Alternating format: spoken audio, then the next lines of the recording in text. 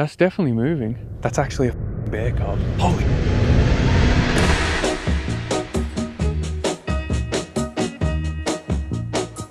I'm gonna tell you that I love. Gotcha.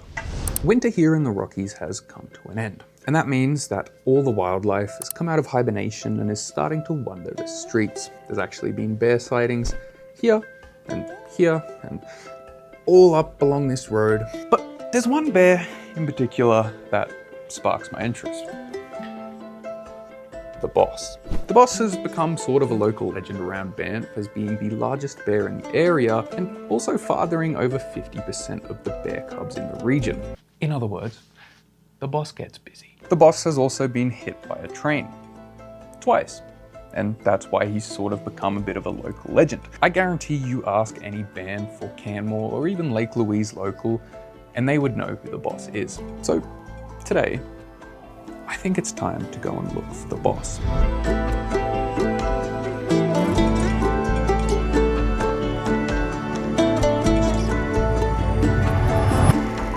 I think my best chance of actually locating the boss would be to visit the 3 places that he'd been recently sighted.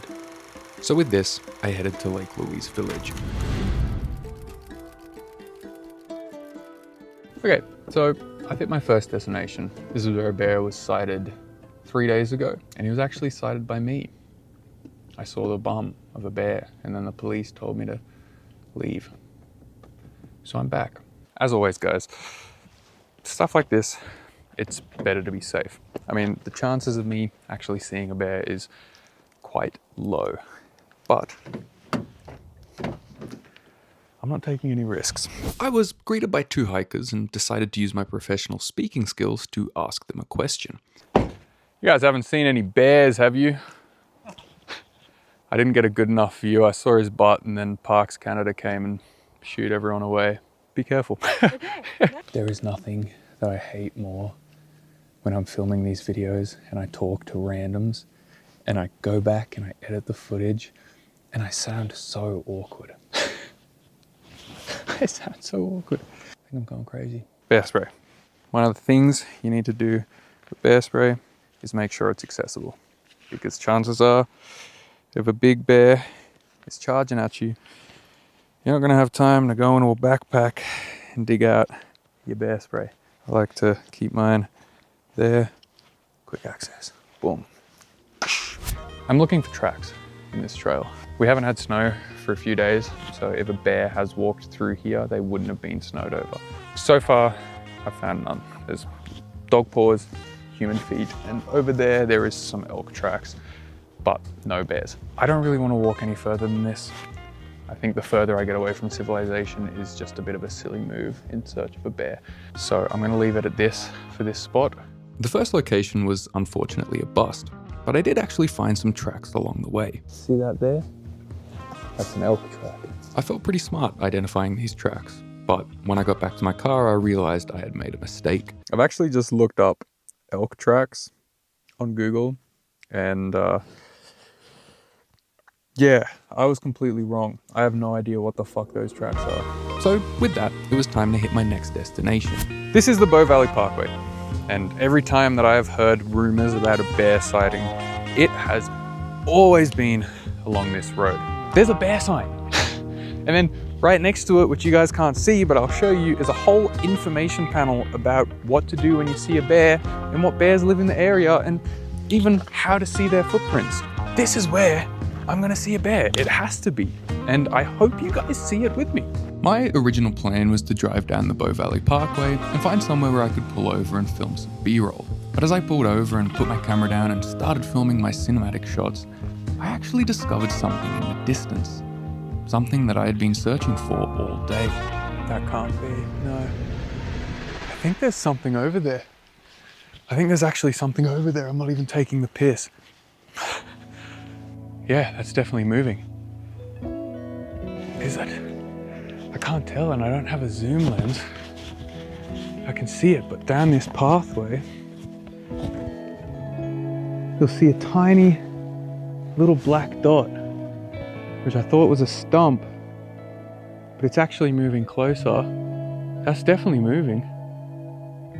That's actually a fucking bear cub, which I don't want to be near if it gets too close to me, but that is a fucking bear cub. Holy shit. Oh, I should not be out of the car right now. Bear cubs are the most dangerous because their mum is always nearby. So I'm not going to get too far away from the car, but I'm going to use my phone and hopefully zoom in times 10 or 25 or whatever my phone does to see what that is. Oh my God, my hands are so shaky, I can't actually focus on it. My hands are too shaky. Oh.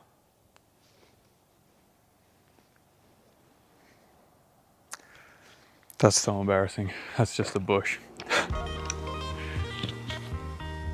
I wish I faked that for the video, but unfortunately my embarrassment was immeasurable. I decided to make my way to my third and final stop, but not without a quick little detour first. You'll see why I wanted to come here in a second. I mean, look at that. Look at that. Be fucking for real. I don't know how to pose on this. Does that make me look like a nature documentary kind of guy? So this bear that I was talking about earlier, the boss, the whole story goes that he has been hit by a train twice, and you think that after those 2 times he would have learned his lesson. Most sightings of the boss are in fact along this railroad. Not this corner specifically, but the railroad that goes through the Canadian Rockies. His territory is claimed to have been from Lake Louise all the way up to Canmore, and he'll walk the entire train line between those 2 destinations. He has drive, and I think I kind of relate. He's just a simple bear that loves trains.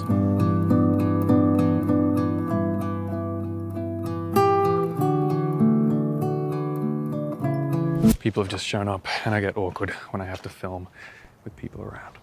So, I'm gonna go. It was time to head to my third and final stop. I was determined to see this bear, but I didn't realize that when I'd get there I'd find something much more important. My last stop was Baker's Creek, a cozy little cabin campground near the river, located approximately 15 minutes away from Lake Louise.